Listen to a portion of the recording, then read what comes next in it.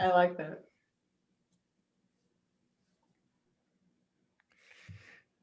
Okay, our attendees are going up. We're being populated. If you're out there, ladies and gentlemen, we're about to start our webinar. We're just waiting for our population to populate. Yeah, I'm a wordsmith. That's me. All right. Well, it's coming in pretty strong. So I think we'll just go ahead and get started. So I want to welcome everyone to, I think this is part 23 or something like that of our COVID series of webinars that we've been doing for, God, last year, man. It's almost over. Well, not really. It's kind of almost over. Anyway, today we thought it'd be a good idea to talk to Kaiser, and because they're one of our bigger clients, full disclosure, at the firm, and talk about their experience with Kaiser as an employer and as a healthcare provider. So I wanted to say before we got started, though, that this webinar is a Sullivan on Comp thing. It's not a Michael Sullivan and Associates thing. So it's a projection of Sullivan on Comp, but normally we would keep it within the firewall so Sullivan on Comp subscribers could listen to it. But since COVID's so important, we've decided to have the COVID webinars available to everybody.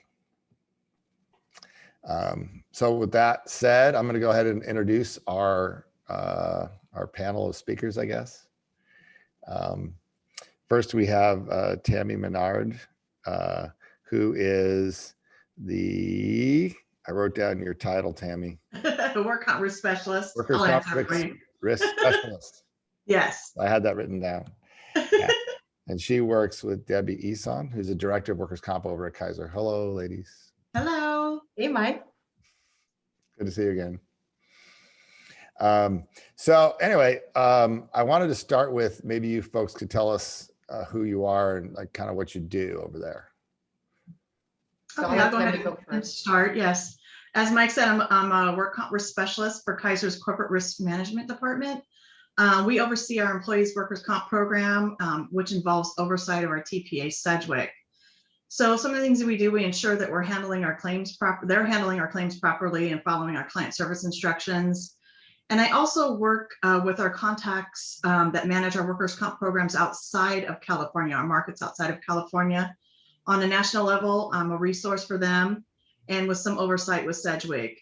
One of the things I also do is I audit our files to ensure that the examiners are properly handling our claims and following our client service instructions. I review claims that reach a certain criteria for authority. One of the things we just want to make sure that we are, giving our injured employees the best care possible, but also mitigating our claims as well. So Debbie, I'll let you go. You're the popo. The popo, I am. She is. She absolutely is, yeah. and she doesn't miss a trick. So I know. I'm subjected to her yes, authoritarian. Don't worry, everybody is. The great thing about Tamie is that she actually takes all this information and then she kind of gives it back out in an opportunity for training for the staff, because we're always wanting to make sure that if we're not being consistent, that we make those corrections. So hi everybody, I'm Debbie Ehsan. I'm the director of workers comp, and I'm going to come to you a little differently than Tamie did. I'm going to give you the 30,000 foot level view of what we do in workers comp in our department. We're a little bit unique, probably more unique than a lot of other employers, mainly because the three of us, there's actually three of us, it's myself, Tamie, and her co-worker, which is Angela Stanford. I think Angela's with you guys last week, right? Yeah. She was a speaker with you last week. On the the three of us actually came out of the workers' comp industry. So, we have 30 years of experience in workers' comp, which really helps us to create a program that's successful as an employer. So we partner really closely with our third-party administrator, which is Sedgwick. So from a 30,000 foot level, what we're looking at is Kaiser has approximately 330,000 employees throughout the country, okay? 80% of those reside in California. We also have approximately at any given time 10,000 open active claims. And again, 80% of those are in California. That's a big Twinkie. Aren't you the biggest employer in California? We are Wow. absolutely. A private employer, right? Because you have the state fund, right? But so, so what that means is that, and that's on a national level, as Tamie had indicated. So in California, Tamie, Angela, and I, who basically oversee this program, we own the California program. And then in the markets outside of California, we're more of a resource for those individuals. But we do operate on a national level. And so for the entire program, and Sedgwick also is our third-party administrator for our markets outside of California. And so, we partner on absolutely everything. Our primary function really is to oversee and track production and quality of the third-party administrator. And then we're also a liaison between the TPA and all of our Kaiser stakeholders. So, because sometimes the translation between claims and other people, other stakeholders that maybe do not have a background in workers' comp. What's a stakeholder? Say it again. What's a stakeholder? So that would be anybody that would have any kind of communication, any touch point in workers' comp. So workplace safety, disability management. It could be, so our OC Health department, we have on a regular basis, on a monthly basis, we have monthly meetings with these groups. It also, a stakeholder could be somebody that's a COO in a med center. So we're having to communicate with those individuals. They may ask questions like, what's happening with some of our claims? Well, again, because in California, there's an inner circle, right? And so Tamie, Angela, and I, we have the ability to know everything about claims at that level. But once you get beyond the inner circle, they're really not allowed to have a lot of information. So we take that information from Sedgwick and then we go back to our stakeholders and provide them with enough information to satisfy them, but without giving up confidential information. Yeah, that's got to be a really big deal for you guys. Yeah. And, and again, we're talking about over 200,000 employees that are just in California alone. And there's a lot of senior leadership and they're very interested in the workers' comp program. Okay. All right. Well, what I thought would be of interest to people is just getting the COVID story out of you guys. I mean, what you went through, all the things you had to sort of wrangle, decisions you had to make, choices you had to make, that kind of thing. And maybe the lessons you learned, because you're such a big employer and you're a health carrier. So it's like, hey, it could probably help some people out there. Yeah, we were busy. There's no doubt about it. We were really busy. And so I'll kick it off. So really what happened was in the beginning, we can start probably in February is when we all started to hear about COVID. Yeah. And at that point, I don't think any of us were really sure what we had, what was coming our way. We knew we had a communicable disease that was out there. This is nothing new to Kaiser. We deal with communicable diseases all the time, especially at the employee level. We have pertussis claims that come in, TB. We deal with things like scabies, things like that, right? So we've got a process. We all know how to handle those things. But when March came, I think that's when things really changed for us. And we knew that we were dealing with something very different. And we weren't quite sure what was going to happen. And I'm talking mostly from the claims perspective now, right? Mm-hmm. So in terms of our workers' comp program. So probably the first things that we did once we got sent home was I started working very closely with our claims director, which is Kevin Hagel. And Kevin and I developed what we like to call the COVID-19 team.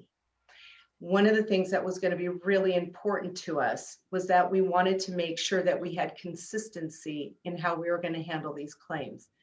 So we identified 4 seasoned claims examiners, a supervisor, a manager, Kevin, myself, Tamie, and Angela.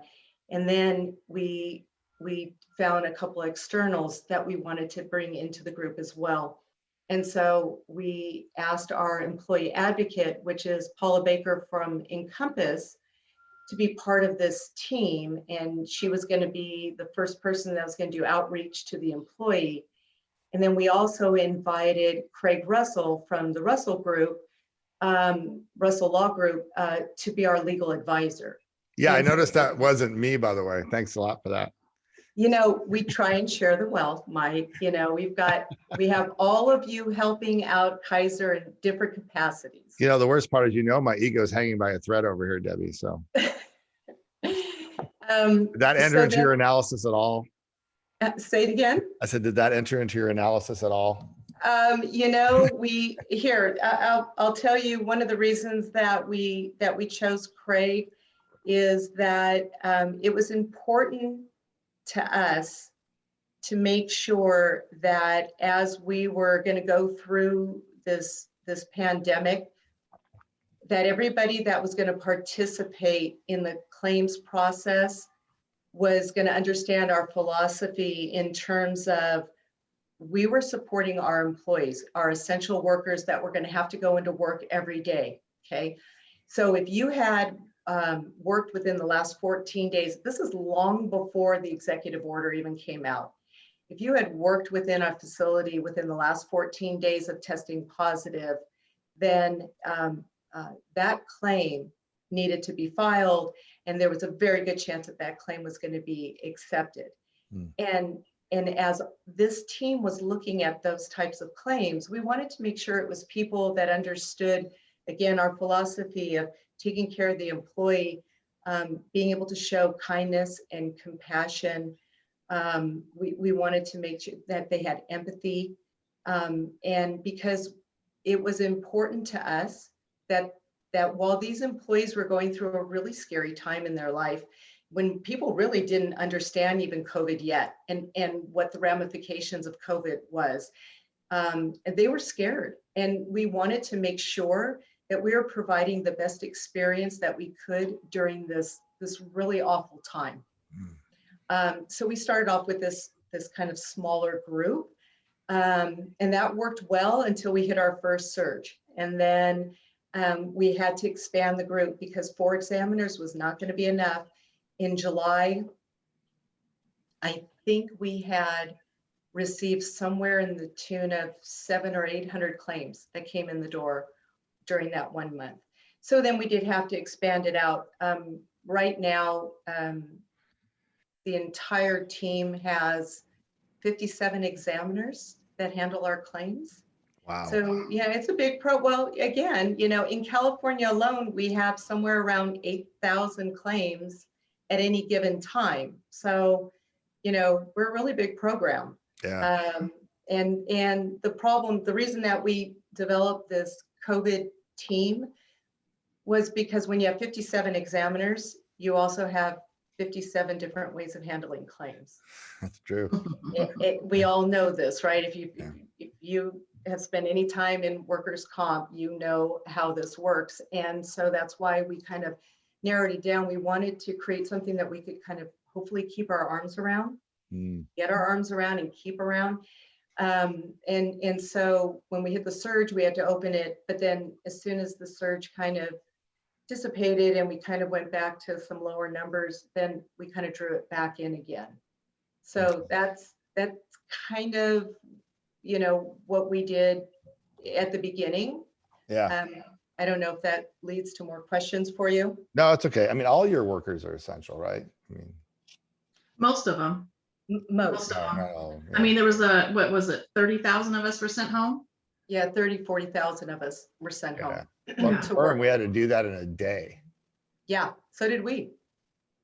That's pretty crazy. And what was it like trying to, I mean, how could you possibly do that? Well, okay, so we're actually, Kaiser set up pretty well technology wise. Most of us use laptops already, and at work we're attached to a docking station and we have monitors, things like that. So on March 16th, when we all got sent home, we all took our laptops home. Now, I don't think anybody really took anything more than a laptop.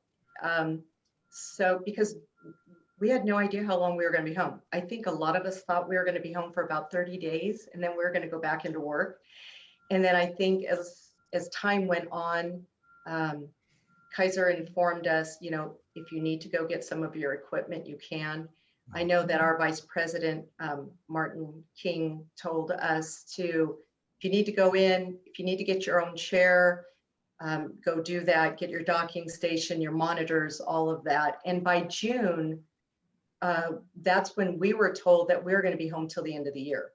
And so I know, at least for our department, we made sure that we got set up. As a whole for Kaiser, I know that that type of information was sent out to all employees. We have an Ergo webpage. I know it got updated so that there's FAQs on there if employees needed information regarding equipment, Ergo evals, things like that. Those types of things were available to all of our employees. The one thing that I was really surprised, when we started to set all this up, we wanted to try and get in front of COVID, right? And so we were trying to think of everything that could possibly happen during this pandemic. And one of the things that we thought of was, well, we've got 40,000 employees that are now sitting at home. How many Ergo claims are we going to get in? Yeah. And surprisingly, though, we really didn't get that many. So that was a positive for us.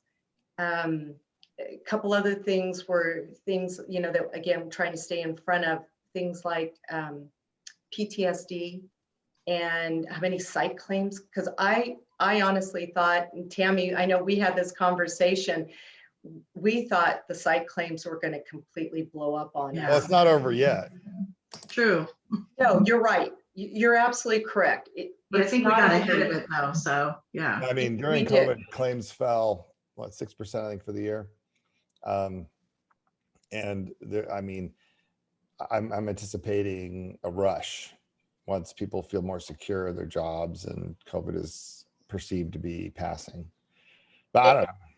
Yeah, that could be true once everybody calms down. And I mean, PTSD happens after. Correct. The But look, whole we're event, Americans. Suing each other is what we do. So when we get back to normal, that's when the lawsuits start getting filed. Well, that's when the back injuries come. Right. I forgot I had a back injury during that year. Yeah. So we also put into place, IMCS is our psych network that we have throughout California. And we were in contact with them very early on, because one of the other things that we wanted to do was we wanted to make available for those employees that maybe had some fear or some anxiety around going back to work after having COVID. We wanted to be able to provide treatment, but not be able to have a psych claim to do so. And so IMCS worked with us to develop what they currently call their COVID rebound program. And this basically is, if an examiner or even someone like Paula, our employee advocate, even heard the slightest hint that somebody was having anxiety, they would offer to them to create a referral over to IMCS where they could have 6 to 8 sessions where they are just developing coping skills to be able to go back to work. Because remember, the folks that were getting COVID were our essential workers. We needed them back at work. We needed our nurses and our doctors to go back to work because we were still having COVID claims, COVID members coming. Yeah, you got bigger problems than workers' comp claims. You got exactly. And And so many of the people that we offered these services to took us up on it. You know, you're And walking a fine line there though, right? I mean, I wonder, you must have thought of this. I mean, at what point is there employer knowledge such that a claim form needs to be provided when you're making the kind of referral? correct, right. So anxiety or having some fear is not diagnosable. And if we went beyond those 8 treatments, at that point, then we would consider setting them up in the other programs that they've had that would fall under having maybe a compensable consequence to the COVID I think claim. that's probably acceptable under the Honeywell standard. Yeah. I mean, So you have to do something. Yeah, you know, and we came out of this with really positive results. So many of our employees, you know, they connect with our employee advocate. So Paula is just phenomenal at what she does. And she was the first person that did outreach. She would contact the employee, kind of set them up to let them know that an examiner was going to contact them, let them know that they're going to get a lot of paperwork. Here's the pieces of paper that are really important for you to complete and return, that sort of thing. And Paula, as an employee advocate, is this neutral party. She's not a Kaiser employee. She's not a Sedgwick employee. She owns her own business called Encompass. And so people really felt comfortable talking to her. She's a nurse and she has an extensive background in workers' comp. So she was really able to provide them with a lot of information. And then on the more serious cases, she stuck with those cases and made sure that all the treatment happened as it's supposed to. And you know, and so we've really seen a lot of positive results from our COVID employees. Well, I wish I worked for Kaiser. I could use some psychological help. Yeah, at this point, so can I, trust me. I've just been drinking. I mean, I don't know. I think you among a lot of other people, yeah. Well, I mean, did the employees, I mean, did they like working at home? What was it like? Did you get positive? What about productivity? Yeah, so I think, Tamie, I mean, you know, I think between I think the it was two of tough us- at first. It was tough of doing that work-life balance. You know, you're at home, might want to throw in that laundry. I mean, do you work? I mean, you're so conditioned to working at home, and when you're home, you do home things. But I think after a while, I started realizing, wow, I can get a lot more done. I have a lot more privacy. I'm not interrupted as much. And so for me personally, I enjoy working from home. I feel like I get a little bit more done, but I think it depends on your position too. Yeah. What you do. Well, if you have kids and that need to be educated, you can't go to school too. Right. Yeah, I'm sure it was tough for a lot of people, especially for those that had to, you know, had distance learning for their kids. Did you have to put people on part-time, or I mean, like in our firm, there's just certain people just can't do it all. And so we just have to cut them slack. Right. So Kaiser does offer, they're offering COVID relief benefits. So first of all, we provide 80 hours of COVID pay. So Right. it doesn't come out of their PTO or their sick leave or anything like that. We also have, I think it's called a grant program. So for childcare, things like that. You know, so yeah, so we've taken all of that into consideration. I think, you know, my group, we're actually really lucky. I think there's only 2 of us that actually have young children. The rest of us, you know, we've been around a little bit longer, so we don't have kids in the house. And it really has been quite a change. I know for me, my entire working career, I've always gone into an office. And then it did, like Tamie, it took a little bit of time to kind of get used to doing this. And I've got 3 grown children that are all in their 30s. And, you know, they've always talked about Impossible. Yeah. It shouldn't lie to the whole world like this. Yeah, I was a child bride. Oh. But but all three of them have always talked about work-life balance, and it really didn't understand the concept because I've always gone into the office. That's a millennial thing, man. Yeah, I think it is, but I got to tell you, I totally get it now. I really do. I think a lot of people do, and I think that this is kind of, you know, the way of the world now is that people are gonna, you know, create. I think employers are going to create more of a hybrid. Yeah, where, definitely. You know, we're talking about doing that in. So, you know, Tamie talked I was going to about ask, like, what's Kaiser going to do? Are they going to let people work at home permanently? I don't. So it's different for different departments. Sure. Before COVID, there were plenty of departments that were already doing hybrid work situations.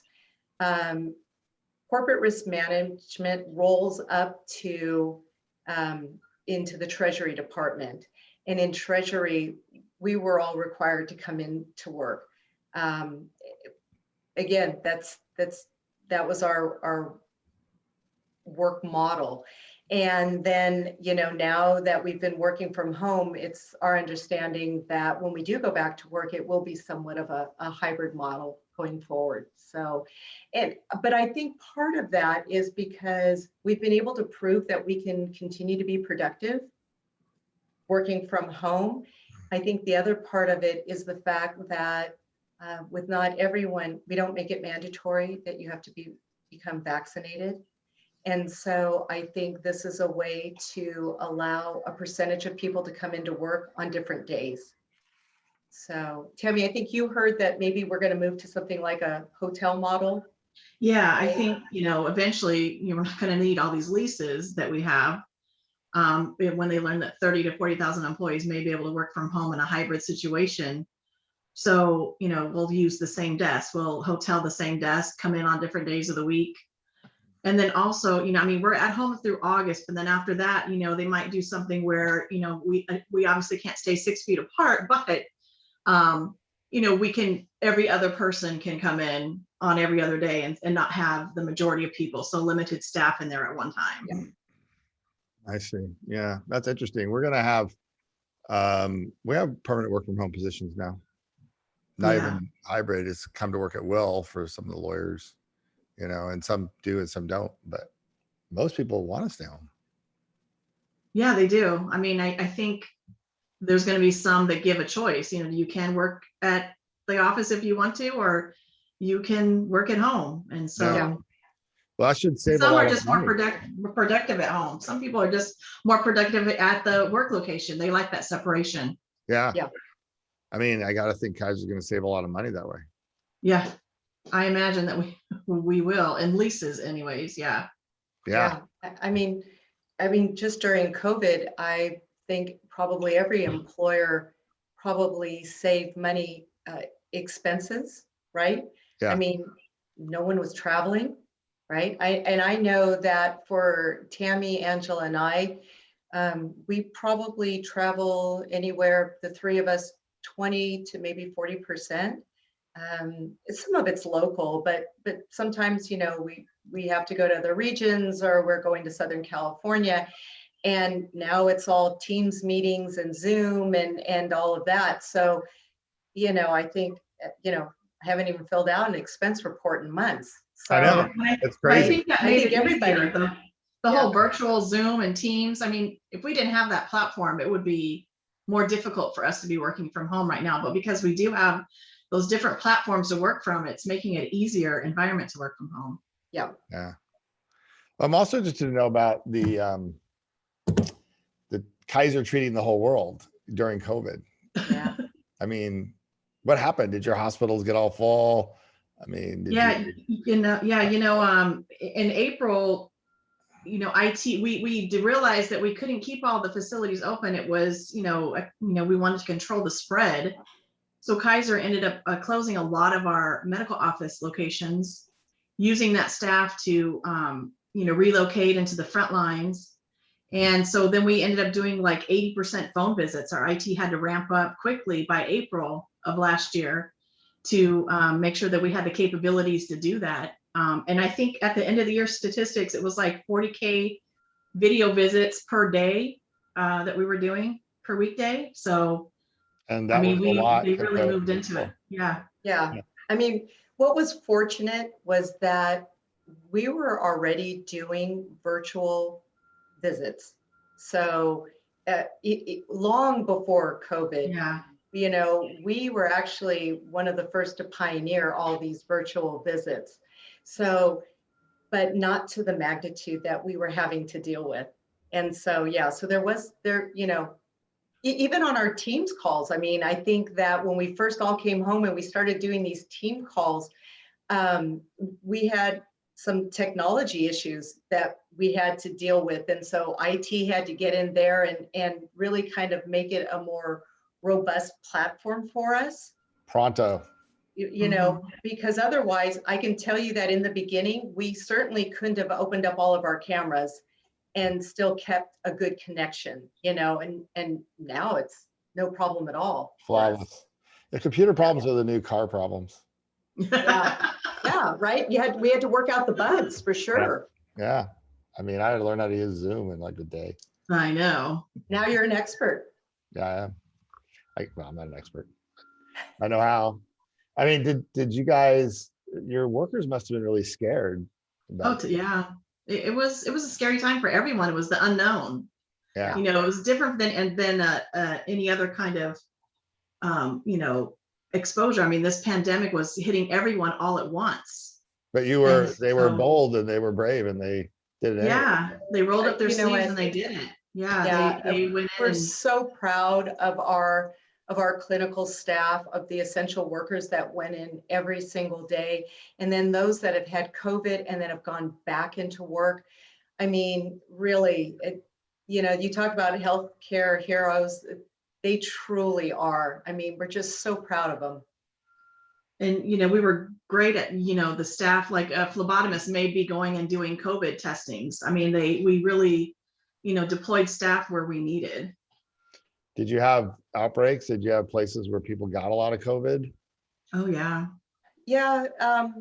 So it was Southern spotty. California mainly, right? Yeah. Yeah. Oh yeah. Well, you know, so yeah, we can talk about the numbers too, you know, because we've had, you know, quite a few claims that have come in, but yeah, in different areas. I remember our first outbreak that we had was at a call center, and as soon as it was identified, everyone was sent home, whether they had tested positive or not. They just cleared out the call center. And then now we're really actually tracking, because of SB 1159, right? We're actually tracking those outbreaks in those areas. Yeah. And, you know, quite honestly, I mean, considering our size, we really didn't have as many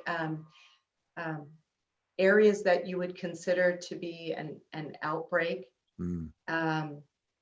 It was more where you would have one or two in a department, not necessarily the entire facility, right? So it was really more contained to different departments within a facility. Yeah, that's what I was thinking.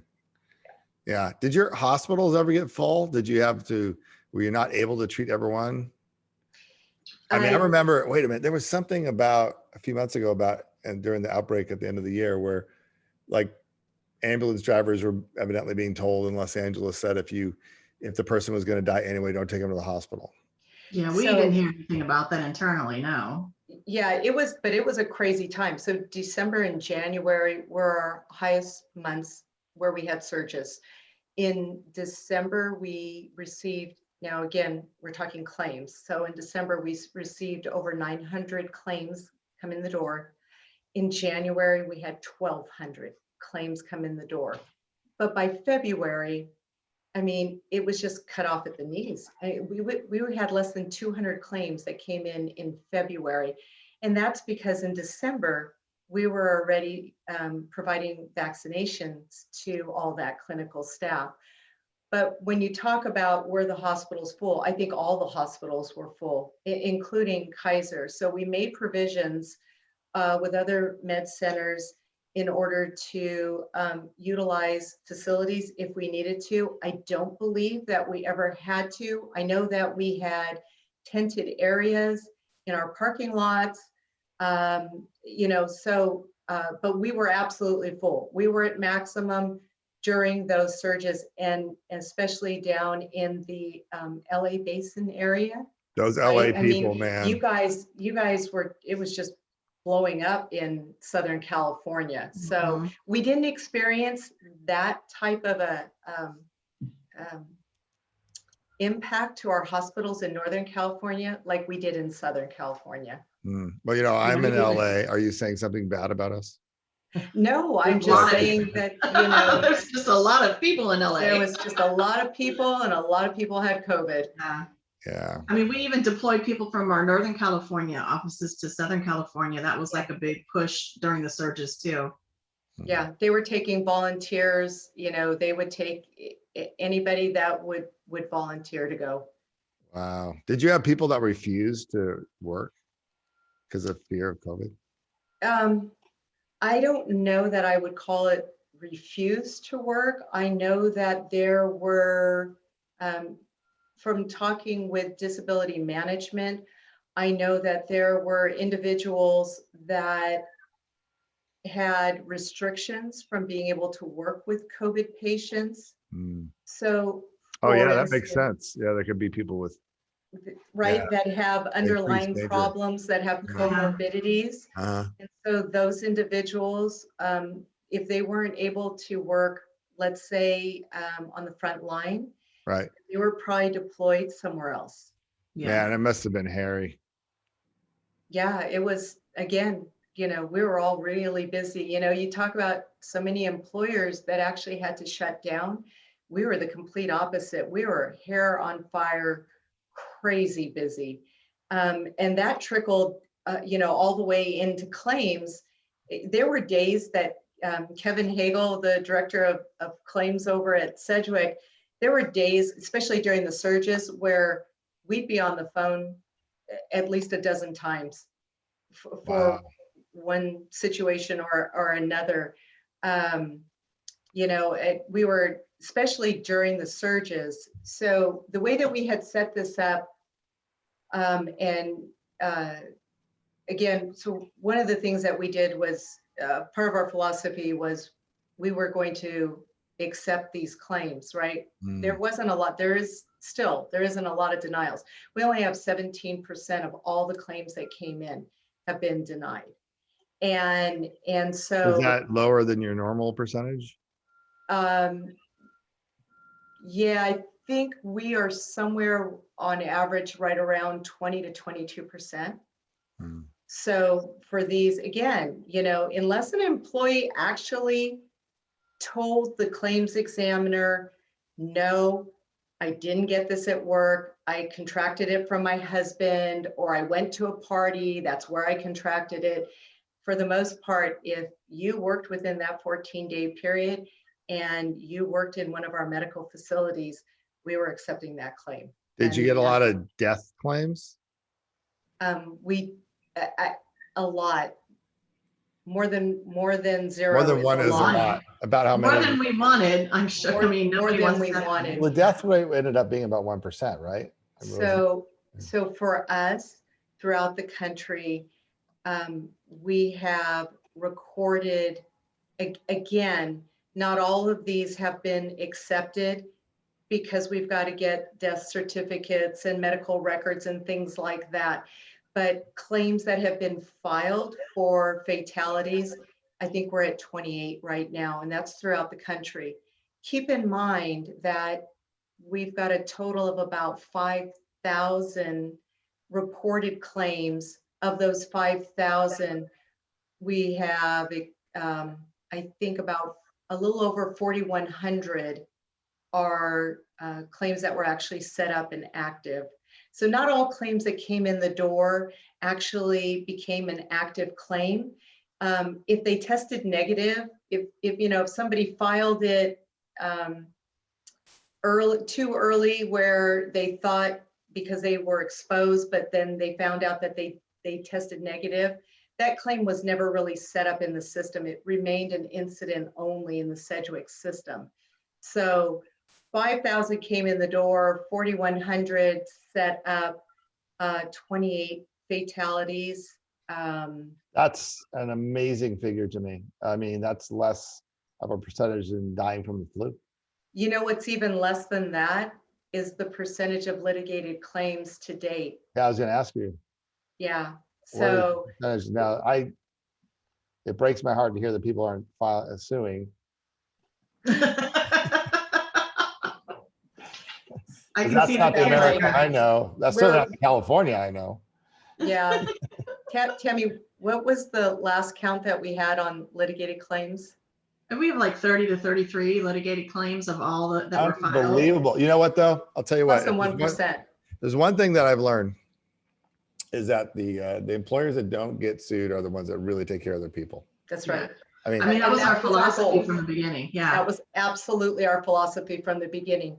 If we do a good job on the front end and the employee has a good experience, that we were hopeful that it would produce a good outcome on the back end. well, that's Yeah, extraordinary. I think you guys get 3 gold stars out of take it. 3. Out of Yeah. 3.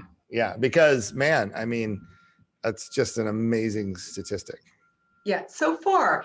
Keep in So mind, far, yeah, you're though, right. You're right. right? I mean, you know, I think there's still a lot to come here because I think applicants' attorneys are just now trying to figure out, you know, how do they get a piece of this pie? Well, there's got to be permanent disability, right? So possibly. almost Yeah. all the cases there's not. I mean, it's such a small percentage. Well, that it may not be and again, you need to have a disgruntled employee that's going to maybe reach out to an attorney. So, you know, we're doing our best to make sure that we're taking really good care of our employees so that there's no need to seek the advice of an attorney. Yeah. I mean, I think what's going to be telling is the people that come back because now they have these additional symptoms or problems, the claim's closed, and now they're saying I'm having these issues I think are related to when I had COVID. I think that's going to be an issue for us. Yeah. Yeah. You're right. Because everyone's suspending litigation, but I mean, even in March, we've seen so many referrals in March compared to, it's just busting open. It usually does in March anyway. It's springtime. Springtime when a young person's thoughts turns to litigation. Is that a thing? The spring thoughts? Okay. Well, I kind of just made that up. When people get sick at Kaiser, are they treated by Kaiser? Does everyone at Kaiser have Kaiser insurance, or how does that work? Yeah, I mean, basically, we have an NPN, and so most of our NPN are Kaiser physicians, Kaiser on the job. And what about generally, like outside of workers' comp? Does everybody have Kaiser, or you have multiple plans like every other employer? I mean, most people follow Kaiser. Yeah, I mean, we do have offer. I mean, you can go outside of our network. The coverage. Yeah, is there's a different, PPO. obviously. Yeah, you know, you can sign up. Kaiser offers a PPO. Yeah, but almost everybody is in Kaiser. I mean, because absolutely. Yeah. Why wouldn't you take Kaiser? I mean, well, a couple of decades ago, Kaiser's reputation was, like people. I don't know. I don't know anything. Okay, but just from my anecdotally, but like what I've heard in the last 20 years or so, it's just been, wow, Kaiser's really high quality. Yeah, I go to Kaiser. Yeah, and it's true. I remember back in those days as well. And I've only worked for Kaiser for the last 8 years. But you know, all that we do for our members and our employees, it really makes me proud to be an employee of Kaiser. Yeah, I mean, I've had Kaiser Primary Health since before I even started working for Kaiser. Yeah, It's been my favorite health plan that I've been on. Yep. I had a couple of questions coming in here about the claims. Have there been any claims being filed for injury to remote workers? I mean, the at-home work injuries, have you seen those? Yeah, we've seen a couple, very, very few. Those claims are denied. Because again, if you're not coming into work, we've had a couple where the employee was somewhat of a hybrid. So they were working 75% at home and 25%, so maybe 1 day a week, they would have to come into the office. Again, if they were in the office within 14 days of contracting the virus and coming up with a positive test, those claims were, and they told us that they either knew it happened at work or they weren't sure if it happened at work. Most likely those claims were. No, I think they're talking about, I fell over my living room chair and now I'm injured. We really haven't No. seen those You haven't claims. seen that? Mm. Yeah, I was thinking, No. I mean, I did a whole webinars on, when is working at home considered the workplace? Yeah, it's pretty complicated, Yeah, I mean, we used to call it the 24-hour coverage. but it's not because- just Yeah. not happening. Yeah. Yeah, we're really, I can certainly ask Kevin if we've got any of those cases, but, again, I talk to Kevin so often, the partnership that Kaiser has with Sedgwick has really kind of melted into just, they're an extension of our program. They really Yeah. are. And, I mean, like I said, Kevin and I, we talk daily. Right. I got another question. Did you get a lot of PTSD claims and how did you handle those? Mm-mm. So right now, to date, we have 29, we call them behavioral health claims, psych claims, PTSD claims. We've seen 29 of them. So 29, far. that's it? 29, that's it. Out of all the stresses related to COVID. I mean, Correct. like you say, the future is not here yet. Correct. Because that's the way to do it, I mean, if you're going to file a COVID claim, you say, I got sick, COVID, I had all the stress and anxiety during COVID and it's work related, and it might work. But again, remember, if somebody's got some stress or some anxiety around all this, we're offering them the COVID rebound program through IMCS, and we're providing them some coping skills to be able to deal with that anxiety. And it seems to be working really well. And the great thing about the fact that we've all gone kind of virtual and we're all working from home, well, so have all of these psychologists. So to be able to get an appointment now with somebody is so much more efficient, right? It's like, I have some anxiety, I have this referral with IMCS, and within a day or two, they're already on the phone with a psychologist. Yeah. And not only that, but our nurse advocate follows them as well. So they make sure that, whatever their needs are, we're meeting. So I think that's like getting it head on is, I think, the key. Yeah. Really. Right. Sounds like I mean, we've got, speaking of the employee advocate, she's always on the front end of the claim, but on our more serious claims, she follows those as well, right? So for instance, we have a construction worker who we're calling him the miracle man because we really did not expect him to pull through. And now he's actually home. But before he goes home, he's got to go into this subacute care and all that. Paula was right there to make sure that he got in the right facility, that he got all the appointments that he needed. When he came home, that he got all the equipment that he needed. It's that kind of care that we are offering to our employees that we believe is going to provide that good outcome for us in the long run. I got a question here. What would you say is the percentage of injured workers who are placed off work or had TTD time past the 14-day quarantine or 80 hours of employment leave? Percentage past the 14 days. So I can't give you an exact number. What I can tell you is based on what I've kind of seen come through. So because we offer the pay, the 80 hours of pay, a lot of these employees actually did not receive a TTD check because if they had mild symptoms and were able to go back to work at the end of 14 days, then they didn't receive a check from Sedgwick, right? They received their 80 hours of COVID pay from Kaiser. So I don't know exactly how many. I don't think it was that many. I mean, I think the majority of them just had mild symptoms. We were really lucky. They didn't even need, they just needed the 14 days quarantine almost time and then back to work. I'd expect it would be almost all of them. Yeah, I mean, and the cost of those claims were very minimal. I mean, we didn't. Right, our average cost per claim is about $3,100. Not so You bad. know, yeah, Not so it's, bad. Yeah. you know, and to be honest with you, when you look at it from dollars and cents, it really makes more sense to accept these claims, because in the long run, these employees feel as though they've been taken care of. They're not litigating, because we know that a $3,000 claim, once it's litigated, it's easily going to go to 50 grand, if not more, right? Yeah, and the 14 days we were offering was whether it was industrial or not. If they were Correct. exposed or potentially exposed, they got those 14 days. That's it. So, Well, I mean, there's more questions, but I want to ask you about vaccines too. okay. I got my first shot a couple weeks ago. I got Moderna. So did we. I did too. Yep, we both did. We had Moderna as well. Yeah. I mean, how's that all going with the vaccination process? It's Well, in overwhelming. in 100 days, we vaccinated 2.5 million people. So from our first day that we did it, which was in December 14th, we did our first vaccine, and we've vaccinated 2.5 million. Wow.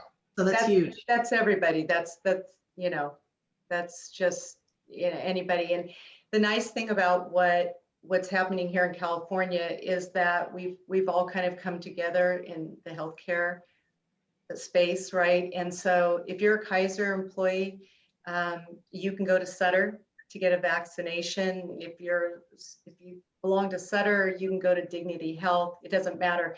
You know, California is just really trying to get everyone vaccinated at this point. And like I mentioned earlier, when we're talking about the employees, remember, we saw that surge in December and then again in January, but by February, again, we had less than 200 claims come in. So we know that the vaccine is working.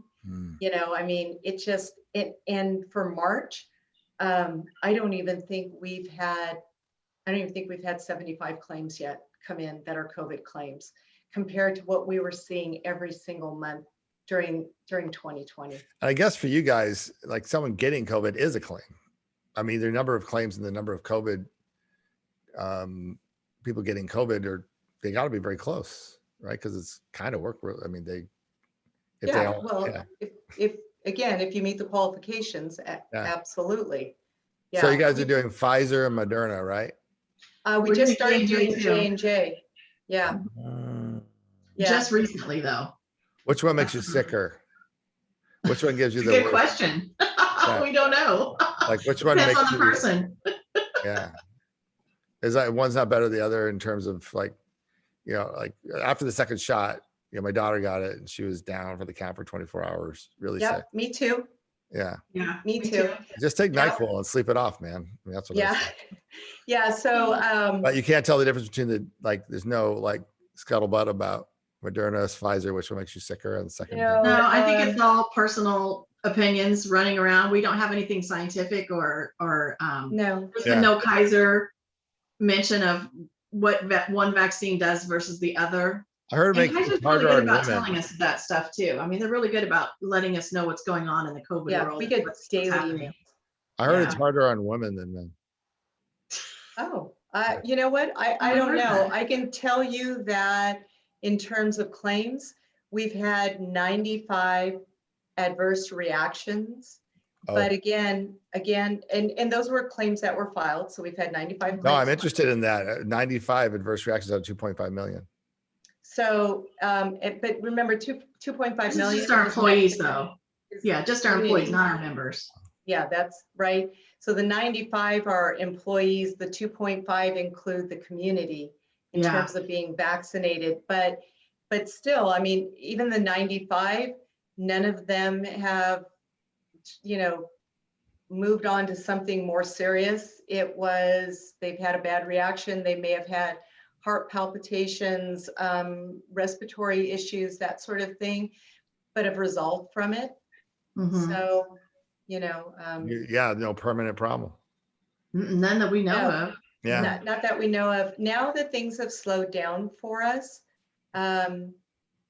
we're starting to look at long haulers, right? So. Oh, you know what? Someone asked a question about that. Let me ask it to you. Okay. Says, I'm hoping Kaiser addresses COVID long haulers. You bet. Long haulers, I guess, is a person with residual problems. That's never heard correct. that term. Ones that are coming And back. how, yeah, how this is addressed. We're seeing that Kaiser Med doctors are referring outside of Kaiser to costly programs or PM&R. I don't know what that is. Yeah, well, you know, if we're, so OC Health is not really set up. I don't think any real OC Health departments are set up to handle infectious disease. And so we're trying to stay within our MPN as we identify medical needs for these long haulers.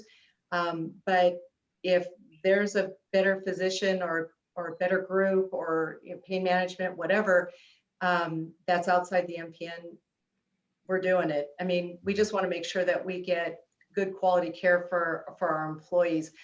But that's one of the things that we're doing now is now that COVID's kind of slowed down for us and we're not seeing these surges coming in anymore. And it's allowing us, and by the way, so out of those 4,000 claims that have been set up, Sedgwick has already closed more than 70% of those claims.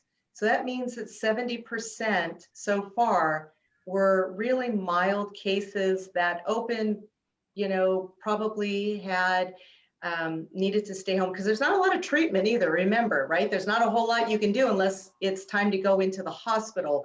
So for those claims, they stayed open 90, 120 days, and then they've been shutting them down. So we've got, again, of the COVID claims, we've closed about, I think the last time I talked to Kevin, it was like 72% have already closed. And more will close again, you know, as we continue to go on. But what that leaves is us taking a look at what's left open. Right now, what we're doing is we're looking at the claims that are still open from 2020 and then looking into each one of those to determine whether or not they're actually a long hauler case. Because if they are, we've got to do some reevaluation on those claims, right? We've got to see if our reserves are set correctly for these long hauler cases. How much treatment are they really going to need? You know, so there's going to be a whole new process that has to happen because of long haulers. Debbie, didn't Paula say there is some facilities that are actually specializing in that? Yeah. I know she mentioned one in Southern California where they're actually specializing in these long hauler cases. So yeah, I think Stanford is too. I think Stanford has set up a long haulers. I don't know if it's a clinic or a department, but you know, clearly there's a need for it because kind of like a rehab facility, like a rehabilitation type thing. Because some people are coming back saying, you know, I still can't breathe properly, and sometimes that's just a matter of getting them in to get proper breathing techniques because you know they're just their lungs are not conditioned. They have to condition their lungs again. I would think it would be more of an issue of people with comorbidities, like an aggravation of comorbidities than sure, just residuals from COVID itself. But you know what? I mean, we've seen men, women, 32 years old, 41 years old that are healthy individuals that end up in the hospital. We have some of our fatalities are from individuals that are young that really didn't have comorbidities. So, you know, COVID it's scary, you know, I mean, you just don't know. That's why we're so glad that the vaccine is here and that people are interested to become vaccinated. How are you anticipating the April, you know, blowout? Like let's now, I guess as of April 15th, everybody gets COVID, but is the scheduling going to be a nightmare? I mean, maybe? Oh, for the vaccine. Yeah, for the vaccine. Yeah. So, well, so then let's see. A week ago, we opened it up 50 and older, and then my understanding is that by the middle of April, it'll be open to everyone. No, I think we're doing okay. My husband is finally getting his shot. He gets his next week, and that's because you know they opened up that next group. Yeah. So you know, so appointments are available. You know, I've talked to other people, and they've told me that it's been very easy to, you know, Kaiser will actually contact you and let you know that you're now available. and to go ahead and set up an appointment. So, Okay. yeah, Well, I got mine a couple weeks ago, and they had to schedule me about 3 weeks for number 2. you got Moderna, Yeah, so they should have scheduled you for 4 weeks. 4 weeks is what they scheduled me for. Yeah, there we go. Just keep Are it you young. sure? But that means, I can't keep track of anything. Yeah. Pfizer was 3 weeks, Moderna is 4, and actually, if you can't make the appointment at 4 weeks, they're saying that you can go out another week or 2 and you're still within that time. Yeah, but what that frame. tells me is Kaiser is, it's okay. It's not like a long waiting list. Yep. Even though it's Yeah, open. So, and wow. and when you get your first shot, I think they automatically schedule you for your second. They do. They do that. Yeah, they do. So, Well, look, ladies, we got a lot of questions, and I could go on for another hour with you, but Zoom is gonna cut us off here in a minute, so I have to shut us down. well, thanks for having us, Mike. Yeah, thanks. Yeah. No, it was really interesting and informative. I really appreciate it. I mean, we've all been through a lot last year. I appreciate your willingness to share it with the world because, and again, my compliments. I mean, the numbers you're telling me are stunning to me, and they bespeak a very thoughtful, caring, professional approach. Yeah, thank you. So well done. it was quite a year. I'll tell you that, and I don't think anybody ever expected that in this day and age that we would live through a pandemic, and here we are, and It's not over yet, but we did it, Yeah, Our employees did it. They did such a great job. they They did. Thank God for, our frontline workers. Yeah, Absolutely. I really showed up. Just like you two today. So thanks. So Tamie, Debbie, thanks for showing up. I'm going to shut us down, but we appreciate it. It was great. Okay. Bye, everyone. Thanks for having us. Bye. Bye, everyone.